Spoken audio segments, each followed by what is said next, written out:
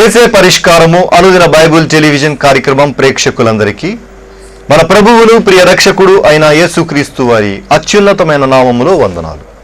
ప్రభువునందు ప్రియ దేవుని బిడ్డలారా, నేటి దినము పాస్టర్ కె శ్యామ్ సాగర్ గారి ద్వారా కీర్తనల గ్రంథములోని శ్రేష్టమైన భాగాలను ధ్యానం చేసుకుందాము. మీరందరూ బైబిల్తోనూ నోట్బుక్తోనూ సిద్ధపడి ఉండండి. గడిచిన ఆదివారము మేము మీకు అందించిన క్విజ్ నెంబర్ 130లోని ప్రశ్నలు, వాటి సమాధానాలు ముందుగా నేను చదువుతున్నానండి. మీరు రాసిన సమాధానాలతో వాటిని సరిపోల్చుకోండి. క్విజ్ నెంబర్ 130 మొదటి ప్రశ్న, తాము చనిపోవుదమని సంగతి ఎవరికి కనబడకుండా పోదు. దీనికి సమాధానము జ్ఞానులకు.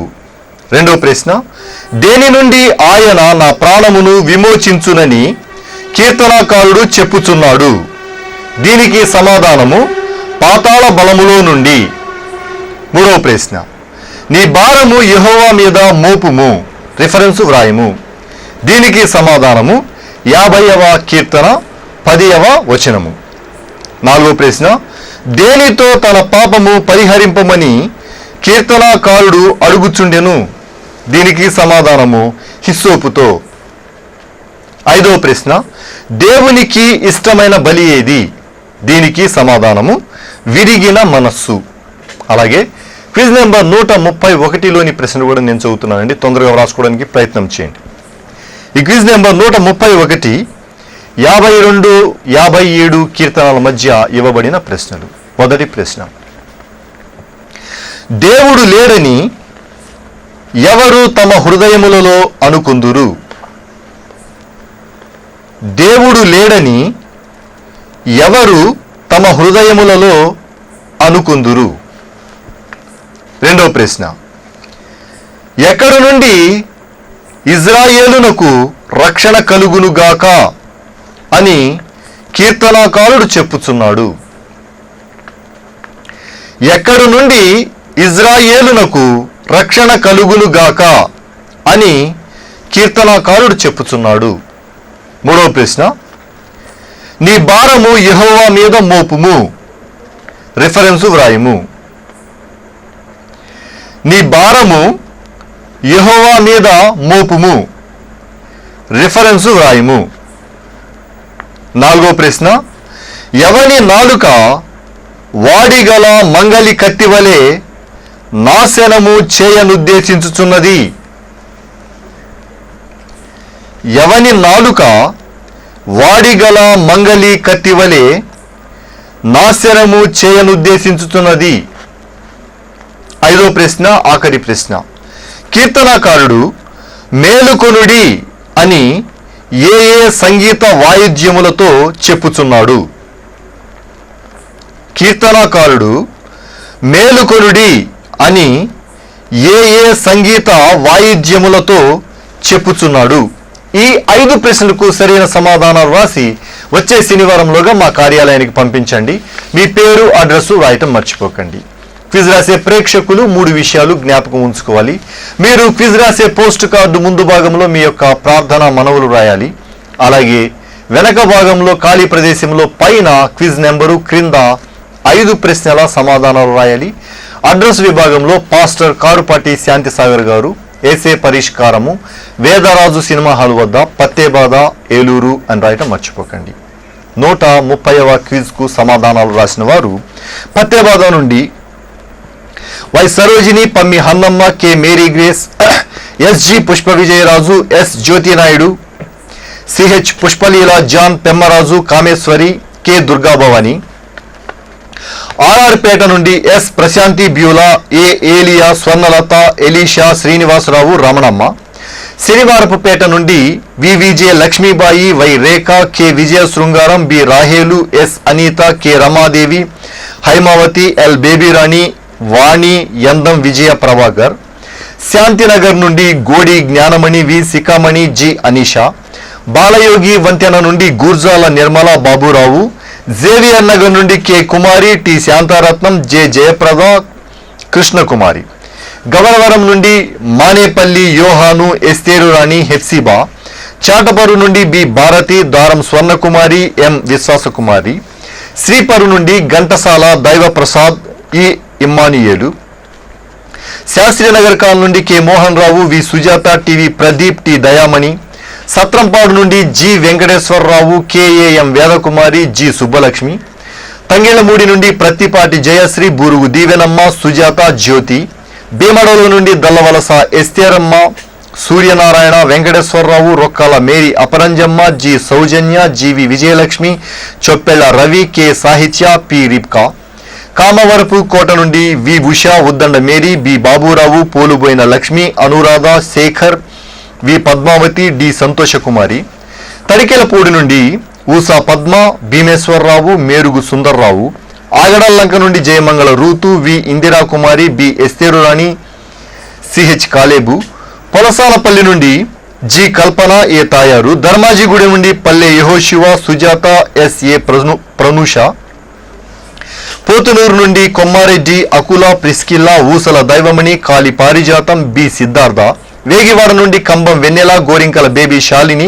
నవాబ్పేట నుండి T Kusumakumari, DJ Deekshadabai, B Nireekshanaraju, CH Gopalarao.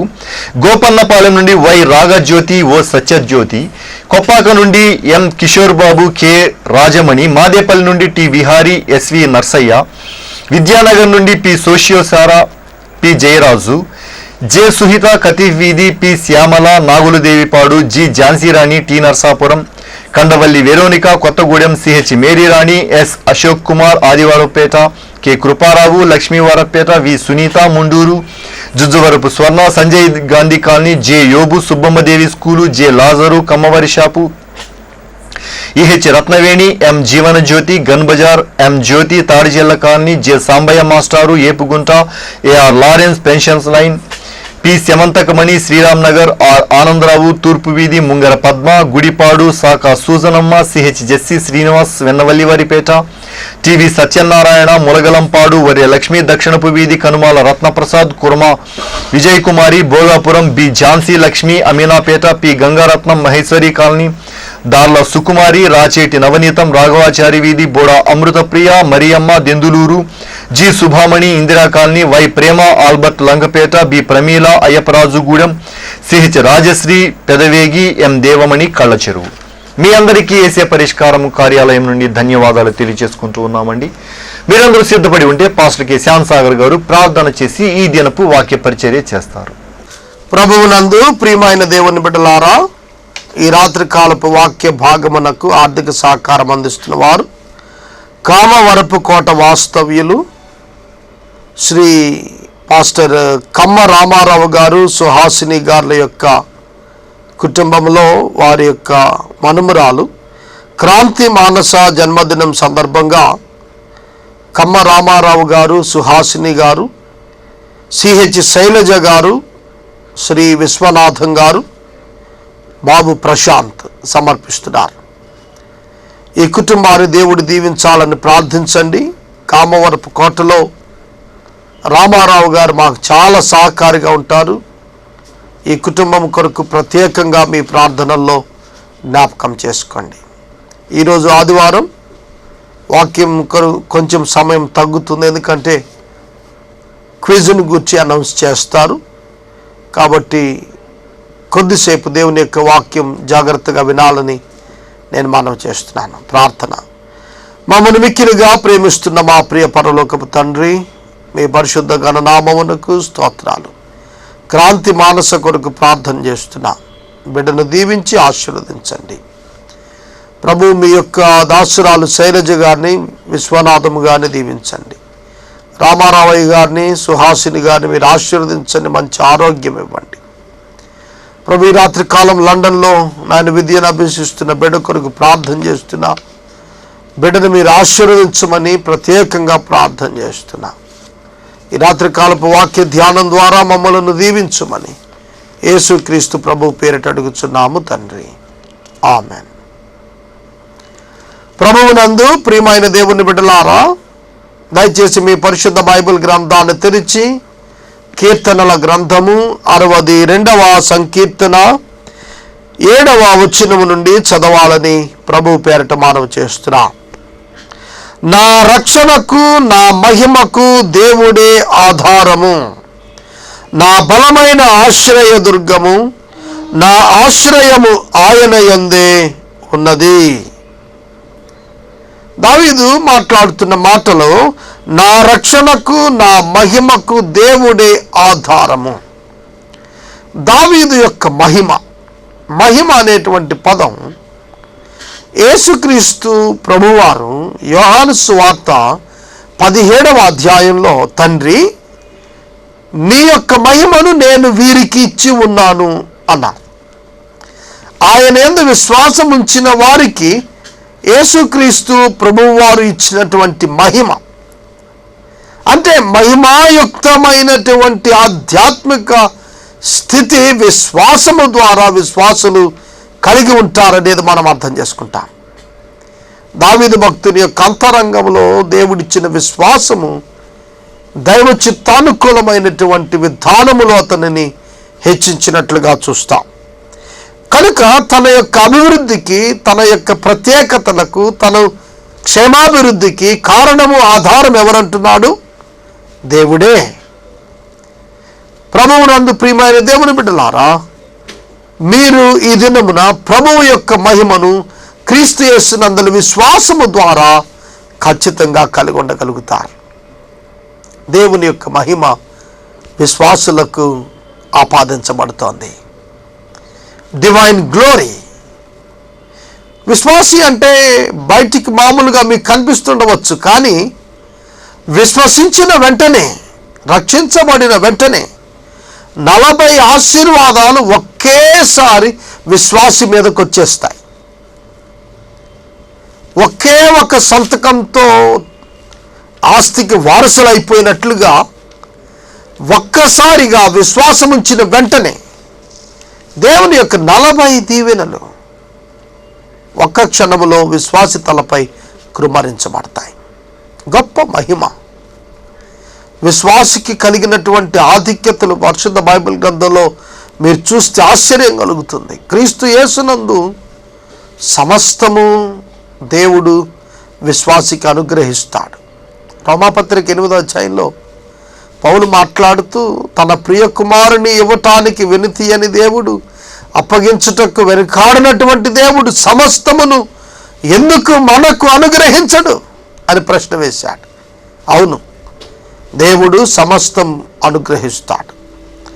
దేవుడు సమస్తం అనుగ్రహిస్తాడు అంటే తన గుణ లక్షణాలలో తన చిత్తము చొప్పున మాత్రమే విశ్వాసికి అనుగ్రహించగలుగుతాడు.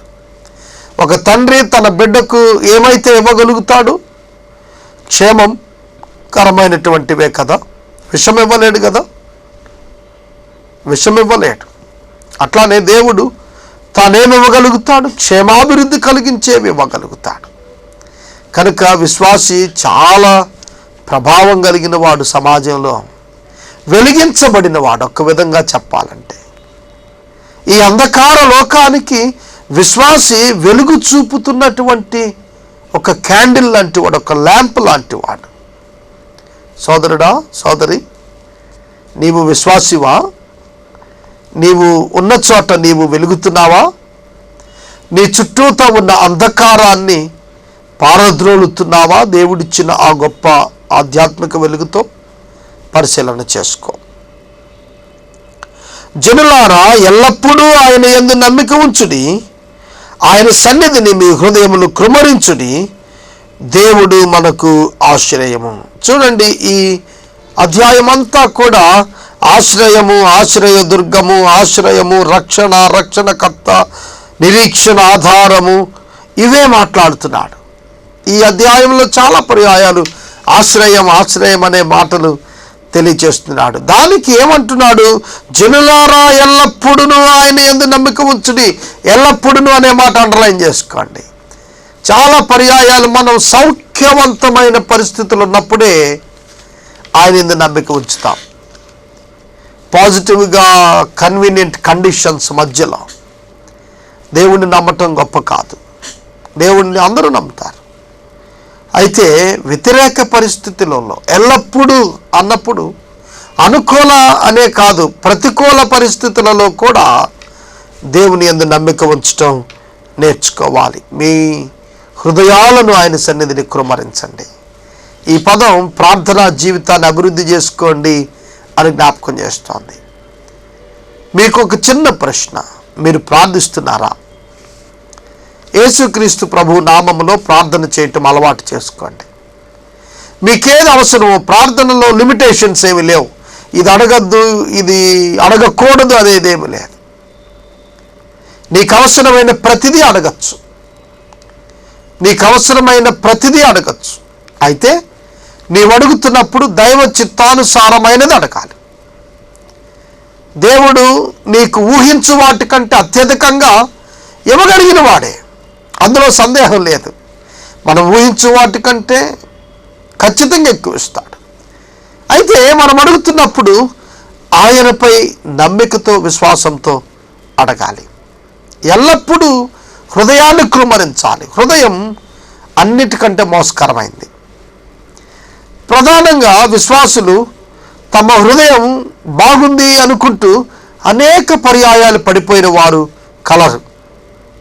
కాబట్టి హృదయాన్ని జాగ్రత్తగా ఆయన సన్నిధిలో కృమ్మరించడం నేర్చుకోవాలి. కృమ్మరించుట అనేది ఒక పాత్రలో నీటిని కృమ్మరించడం ఎలా అర్థమవుతుందో అంటే, హృదయంలో ఉన్నదంతా కూడా, కుండలో ఉన్న నీరు కృమ్మరించారంటే ఏంటి అర్థం? ఇక కుండలో నీరు లేదు అంటే, భారముగా ఉన్న కుండలోనిది వంచేస్తే, మొత్తము పారబోసేస్తే ఎంత తేలికవుతుంది?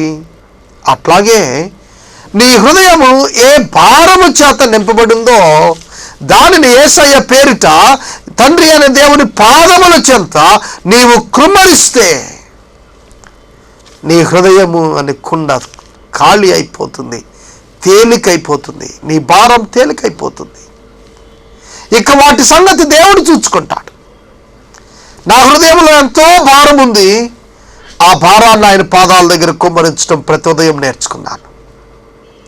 పడక నుండి లగగానే బయటకు రావటానికి పూర్వమే మన అంతరంగంలో ఉన్న భారమంతా కూడా, ఈ దినపు భారమంతా కూడా ఆయన పాదముల దగ్గర కుమ్మరించడం నేర్చుకుంటే ఆ దినం చాలా సులభంగా, చాలా విశ్రాంతిగా, ఒక చక్కటి ఆత్మీయ వాతావరణంలో మంచి సాక్ష్యం కాపాడుకోగలిగే పరిస్థితుల మధ్యన వెళ్ళటం అనేకసార్లు నేను గమనించాను.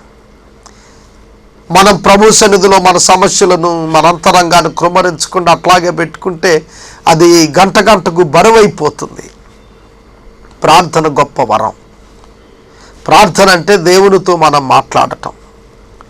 కలెక్టర్ గారితో మాట్లాడాలంటే ఇంటర్వ్యూ కావాలి, ఎమ్మెల్యే గారితో మాట్లాడాలంటే 2-3 రోజుల ముందే పర్మిషన్ తీసుకోవాలి. అది కూడా 1 నిమిషం 2 నిమిషాలే సమయం దొరుకుతుంది గొప్పవారితో మాట్లాడాల్సి వస్తే.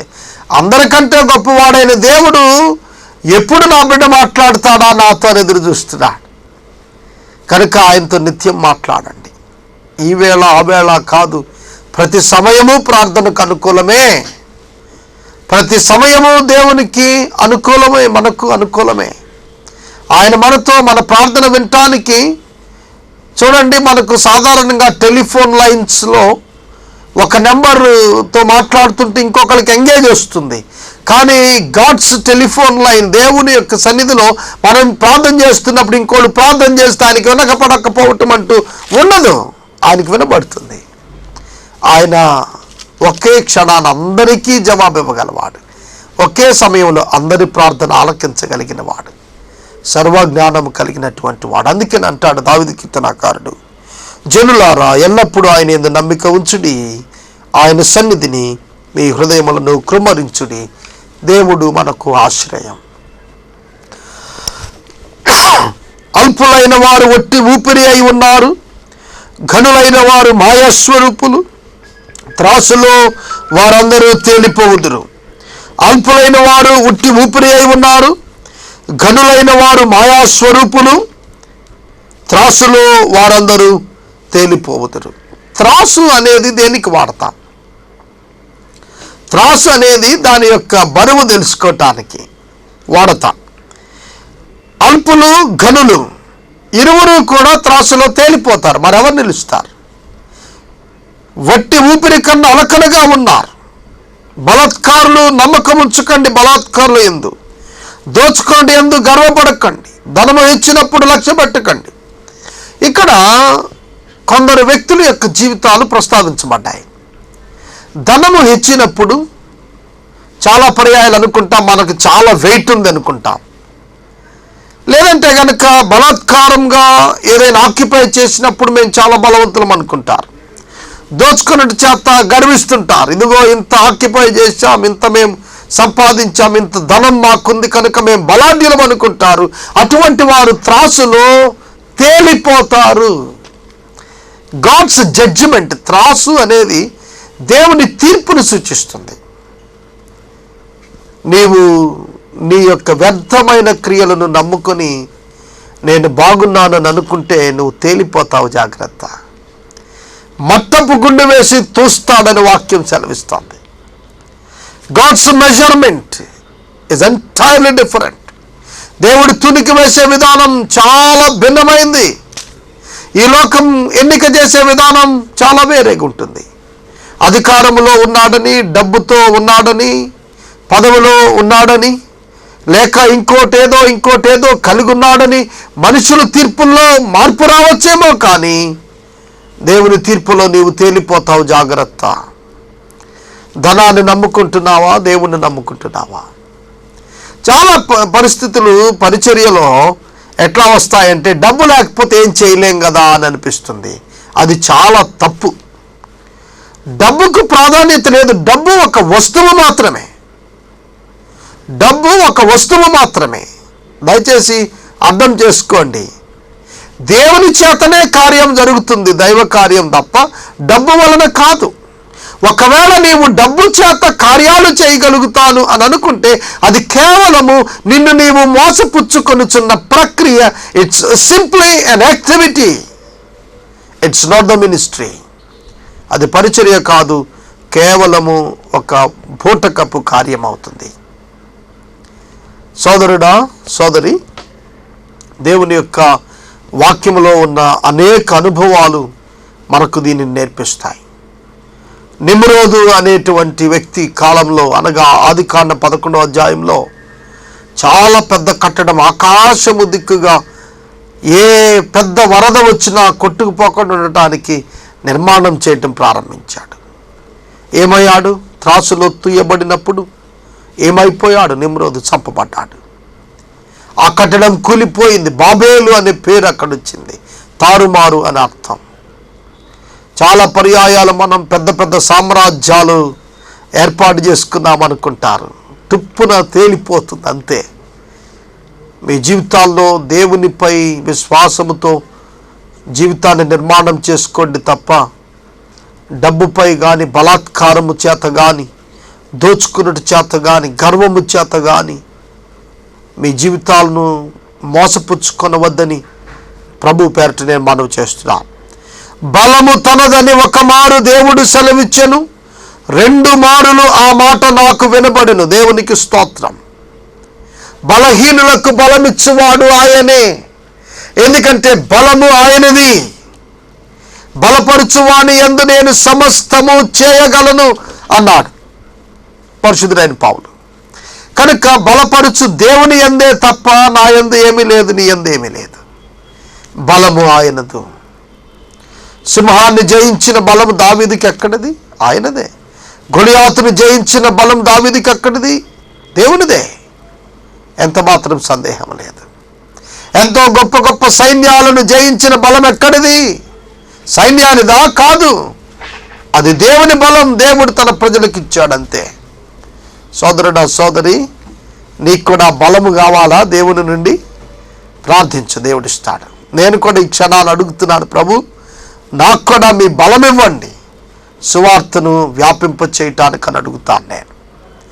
మీరు కూడా మీ జీవితంలో ఎక్కడ బలం అవసరముగా ఉన్నదో దేవుని నుండి ఆ బలాన్ని పొందుకొని మీ వ్యక్తిగత జీవితాల్లో ముందుకు కొనసాగండి. ప్రభువా, మనుషులందరికీ వారి క్రియల చొప్పున నీవు ప్రతిఫలమిచ్చుచున్నావు, నీవే ప్రతిఫలమిచ్చుచున్నావు. కాగా కృప చూపుటయు నీ వంతు. కృప చూపుట కూడా నీదే. ప్రతిఫలమిచ్చేవాడువు నీవే, కృప చూపేవాడువు నీవే. కొన్ని పర్యాయాలు అర్థం కాదు, ఎందుకు ఇతనిని దేవుడు వాడుకుంటున్నాడు, ఇంత బలహీనుడు, ఇటువంటి పాపములో ఉన్నాడు, లేదా ఇటువంటి చులకన భావంతో ఉన్నాడు, ఇట్లాంటి బలహీనుడు ఈయనెందుకు దేవుడు వాడుకుంటున్నాడు అర్థం కాదు కదండి. కృప చూపుట ఆయనదే. బహుకోపిష్టిగా ఉన్నాడు. ఆ యొక్క 40 దినాల ప్రార్థన అయినాక మోషే భక్తుడు సాత్వికుడని మరణం సమయానికి దేవుడు తన కృప చేత అవకాశం ఇచ్చి నడిపించాడు. ప్రియమైన దేవుని బిడ్డలారా, దేవుడు మీకు కృప చూపగలిగినటువంటి వాడు, మీ జీవితాల్లో మీకు ప్రతిఫలం ఇచ్చేటువంటి వాడు. మన పాపములను బట్టి మనకు ప్రతిఫలం ఇవ్వలేదు, మన దోషములను బట్టి మనకు ఆయన తీర్పు తీర్చలేదు. ఆయన మనకు కృప చూపాడు. మన ప్రతి పాపము, ప్రతి దోషమునకు, ప్రతి అవిధేయతకు హెబ్రీ 2:2 ప్రకారం యేసుక్రీస్తునందు శిక్ష విధించబడింది. సోదరుడా, సోదరి, ఆయన నీ పట్ల కృప చూపుతున్నాడు. అందుకే ఈ రాత్రికాల సమయంలో నిన్ను యేసు చెంతకు రమ్మని నేను మనవి చేస్తున్నాను. వాక్య ధ్యానాన్ని ఇక్కడ నిలుపుదల చేస్తున్నాను. నేటి వాక్య ధ్యానానికి ఆర్థిక సహకారం అందించిన వారు కామవరపు కోట వాస్తవ్యులు క్రాంతి మానస జన్మదినం సందర్భంగా తాతగారు, అమ్మమ్మ గారు, పాస్టర్ కమ్మ రామారావు గారు, కృపానిలయం దైవ సేవకులు, తల్లిగారు సుహాసిని గారు, క్రాంతి మానస తల్లిదండ్రులు శైలజ గారు, విశ్వనాథం గారు, లండన్లో చదువుకుంటున్న సోదరుడు ప్రశాంత్. ఈ కుటుంబాన్ని దేవుడు దీవించాలని ప్రార్థించమని మనవి చేస్తున్నాను. మీ కుటుంబ పక్షంగా కూడా ఎపిసోడ్స్ ఇవ్వటానికి ముందుకు రండి. ఏలూరు పట్టణమే కాకుండా ఇతర పట్టణాలలో కూడా జరుగుతున్న సువార్తను కూడా ప్రోత్సహించండి. ఆ ప్రాంతంలో విత్తనాలు విత్తుతున్నాం. ప్రభువు గొప్ప పంట ఇస్తారని ఆశిస్తున్నాం. మనము ఇంతవరకు పాస్టర్ కె శ్యామ్ సాగర్ గారి ద్వారా కీర్తనల గ్రంథంలోని శ్రేష్టమైన భాగాలను ధ్యానం చేసుకున్నాము. ఈ కార్యక్రమం ద్వారా మీరు పొందుకొనిచున్న ఆత్మీయ మేలులు మాకు తెలియచేయండి. మీ ప్రార్థన మనవులు మాకు తెలియచేస్తే సోమవారం నుండి శనివారం వరకు మా కార్యాలయంలో ఏర్పాటు చేసిన 6 గంటల ప్రార్థనా శిబిరంలో మీ కొరకు ప్రత్యేకంగా ప్రార్థిస్తాము. మీ కుటుంబ పక్షముగా ఒక ఎపిసోడ్ ప్రసారం చేయాలనుకునేవారు మాకు తెలియచేయండి. అలాగే ఈ కార్యక్రమానికి ప్రతి నెల 100 రూపాయలు కానీ, 50 రూపాయలు కానీ, 25 రూపాయలు కానీ ఆర్థిక సహకారం అందించాలనుకునేవారు మాకు తెలియచేస్తే మా సిబ్బంది మీ గృహాలను దర్శిస్తారు. క్విజ్ నెంబర్ 131లోని ప్రశ్నలు మరోసారి చదువుతున్నానండి, తొందరగా రాసుకోవడానికి ప్రయత్నం చేయండి. క్విజ్ నెంబర్ 131 52 నుండి 57 కీర్తనల మధ్య ఇవ్వబడిన ప్రశ్నలు. మొదటి ప్రశ్న, దేవుడు లేడని ఎవరు తమ హృదయములలో అనుకొందురు? దేవుడు లేడని ఎవరు తమ హృదయములలో అనుకొందురు? రెండో ప్రశ్న, ఎక్కడ నుండి ఇజ్రాయేలునకు రక్షణ కలుగునుగాక అని కీర్తనాకారుడు చెప్పుచున్నాడు? ఎక్కడి నుండి ఇజ్రాయేలునకు రక్షణ కలుగునుగాక అని కీర్తనాకారుడు చెప్పుచున్నాడు? మూడో ప్రశ్న, నీ భారము యెహోవా మీద మోపుము. రిఫరెన్సు వ్రాయము. నీ భారము యెహోవా మీద మోపుము. రిఫరెన్సు వ్రాయము. నాలుగో ప్రశ్న, ఎవని నాలుక వాడిగల మంగళి కత్తివలే నాశనము చేయనుద్దేశించుచున్నది? ఎవని నాలుక వాడిగల మంగళి కత్తివలే నాశనము చేయనుద్దేశించుచున్నది? ఐదో ప్రశ్న, ఆఖరి ప్రశ్న, కీర్తనాకారుడు మేలుకొనుడి అని ఏ ఏ సంగీత వాయిద్యములతో చెప్పుచున్నాడు? కీర్తనాకారుడు మేలుకొనుడి అని ఏ ఏ సంగీత వాయిద్యములతో చెప్పుచున్నాడు? ఈ 5 ప్రశ్నలకు సరైన సమాధానాలు రాసి వచ్చే శనివారంలోగా మా కార్యాలయానికి పంపించండి. మీ పేరు, అడ్రస్సు రాయటం మర్చిపోకండి. ముగింపు ప్రార్థన ఆశీర్వాదాలతో ఈ కార్యక్రమాన్ని ముగించుకుందాం. ప్రార్థన చేసుకుందాం. దయచేసి తలంచండి, ప్రార్థనలో ఏకీభవించండి. క్విజ్ రాసిన బిడ్డలను ప్రభు పేరిట అభినందిస్తున్నాను. కీర్తనల గ్రంథంపై మీ అభిప్రాయాలు తెలియచేయండి. ప్రార్థన. మమ్మను మిక్కిలిగా ప్రేమిస్తున్న మా ప్రియ పరలోకపు తండ్రి, మీ పరిశుద్ధ ఘననామమునకు స్తోత్రాలు. ఈ రాత్రికాలం మీ ప్రియ బిడ్డలు క్విజ్ రాసిన వారిని మీరు దీవించమని ప్రార్థిస్తున్నాం. క్రాంతి మానస కొరకు ప్రార్థిస్తున్నాం. బిడ్డను దీవించి ఆశీర్వదించండి. శైలజ విశ్వనాథం గారిని, ప్రశాంత్ని మీరు ఆశీర్వదించండి. రామారావు గారు, సుహాసిని గారులకు మంచి ఆరోగ్యం ఇవ్వండి. వీరిని స్ఫూర్తిగా తీసుకొని అనేకులు ముందుకొచ్చి ఎపిసోడ్స్ నిర్వహించుటకు కృప చేయండి. ప్రభు, ప్రత్యేకంగా మా ప్రేక్షకుల కొరకు ప్రార్థిస్తున్నా. వీరిని దీవించండి. వాక్యం దినదినం వింటున్నారు. మీ స్వారూప్యానికి రావటానికి సహాయం చేయండి. యేసు దివ్యనామములో ప్రార్థిస్తున్నాము తండ్రి, ఆమెన్. మన తండ్రి అయిన దేవుని ప్రేమ, కుమారుడైన యేసుక్రీస్తు ప్రభు వారి యొక్క కృప, పరిశుద్ధాత్మ దేవుని యొక్క అన్యోన్య సహవాసం సదాకాలము మనకందరికీ తోడై ఉండునుగాక. ఆమెన్.